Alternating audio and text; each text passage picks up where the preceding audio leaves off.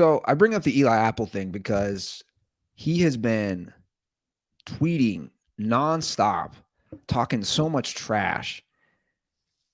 And of all the people that would do that, I just don't understand why it would be Eli Apple because that's who he's been the whole time. right. And I just pulled up his Twitter feed. So Eli Apple, since the Bengals beat the Bills, I'll scroll down here. He's just been talking so much trash. Yeah. Which is like, dude, what are you doing? There's also it's funny because it's also a thing. It's like Eli Apple isn't focused on the Chiefs, and that's my point. And let me also take them. I know we have a lot of Bengals fans who listen to this. You can be a fan of a team and you can be a fan of a player, and you can even support Eli Apple because he's on your squad and you're whatever. Don't be delusional. Don't the heart hands was a Damar Hamlin dig. He's not a fucking idiot. I mean, he is a fucking idiot, but it is that was gross. Well, I agree. It's and that's the tweet right now. He's a loser for it. I hope he gets burned because of it. I'm almost fucking rooting for the Chiefs because of that tweet alone. Oh, you know what? He wasn't doing the hard hands because Cancun on 3 has been something. Yeah, I agree. The 3 has nothing to do with Damar Hamlin, but the hard hands does, and it's fucking gross. And also, you're quote tweeting the team you just played. You're quote tweeting Stephon Diggs for the Cancun on 3. You're quote tweeting you, dude. Like you said, that's in the past. You've already beat the Bills, man. Your focus should be on all those receivers that Kansas City has. And I'll say this as well. I don't know why someone on that team, whether it's Zach Taylor or Burrow, somebody should be like, look, man. And I'm not putting all this on Burrow, but I think it'd be good if Burrow pulled him aside and said, look, I'm the leader of this team. What the hell are you doing? You're mocking Damar Hamlin? That's 100% a dig at Damar Hamlin. 100%. 100%. And then he just keeps going with people. If you look through his Twitter. Yeah. Listen, Eli Apple was drafted by the New York Giants. I know everything I need to know about Eli Apple. The dude is susceptible to getting fucking burned. Talks a ton. Dude, I mean, got burned in the fucking Super Bowl. Yeah. He is a huge factor in the Bengals not winning the Super Bowl last year. And for the record, as I scroll through his Twitter, for the record, guys, he also got burnt so bad in that Ravens game on that double move.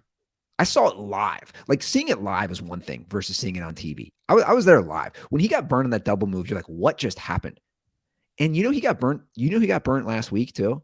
He was lucky. For those who watched the game, he got burnt on a move on Diggs. He was lucky. It wasn't Josh Allen's best pass. Yeah. And that's where I'm just like you, Joe. I'm torn who wins this game. And one of the main reasons I'm completely torn is because I think Eli Apple gives up 1, 2, I don't know how many touchdowns. He's talking way too much shit for someone who's bounced around the league.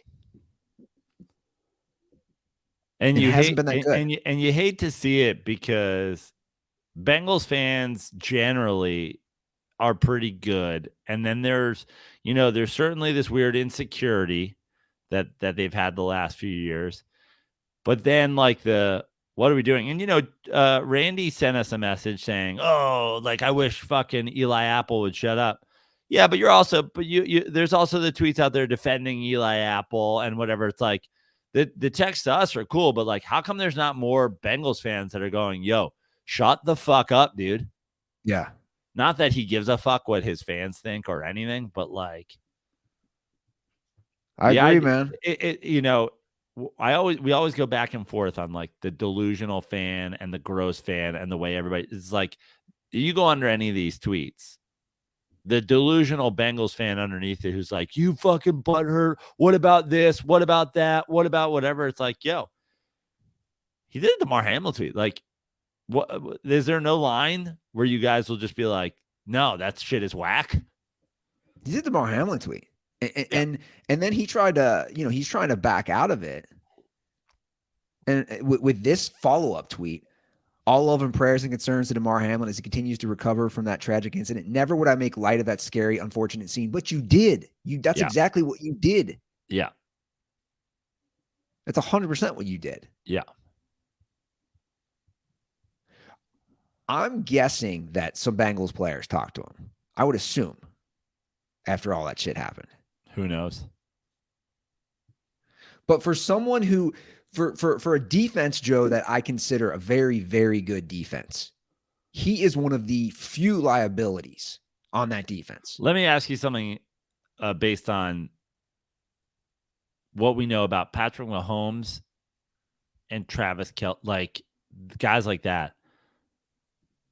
Do we think that there's a great chance that they target Eli Apple early in the game just to fucking And then, by the way, let's say Eli Apple gets burned early in the game for a touchdown. Giants fans, Saints fans, Bengals fans, if they target him early and he gives up a score, he's going to be a fucking disaster the rest of the game. I agree.